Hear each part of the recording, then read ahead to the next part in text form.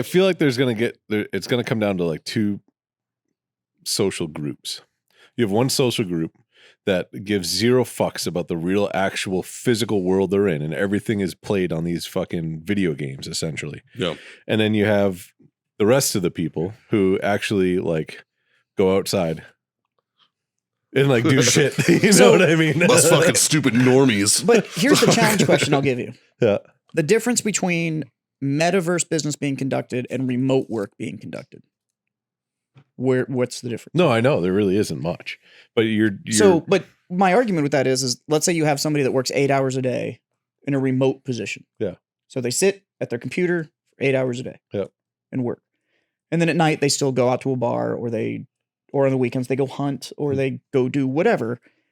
But that 8 hours is being transferred from being you in a chair and a keyboard into your headset in a digital space. Yeah.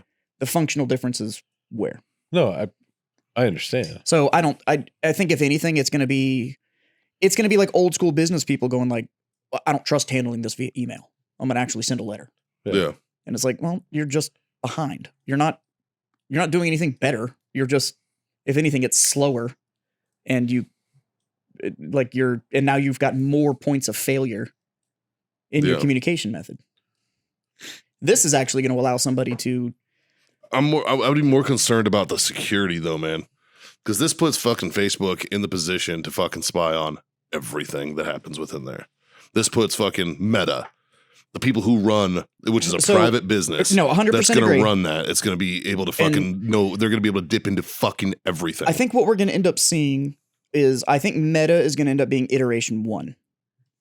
And what we're going to end up seeing is, and there's definitely a precedence for being able to look at fiction and just going like, yep, here it is. Like, we saw designs for what became the rocket ship that literally goes to the stars in old school fiction from like the 20s. And that shit just became reality. Like, we've seen it happen. Sure. I think you have to look at, again, like Ready Player One, where the Oasis exists, but it existed. The guy came in and essentially said, all of this information will maintain perfect privacy, but it's all user controlled. So once they launched it, it became operated by the users. So like a new user could go and make a new sector and build a whole planet and then be able to sell things on that planet and da-da-da-da-da. It's the server space, sure, is controlled by something, but the information being trafficked is still peer-to-peer. And if you look at it, it's kind of the same thing as like Napster.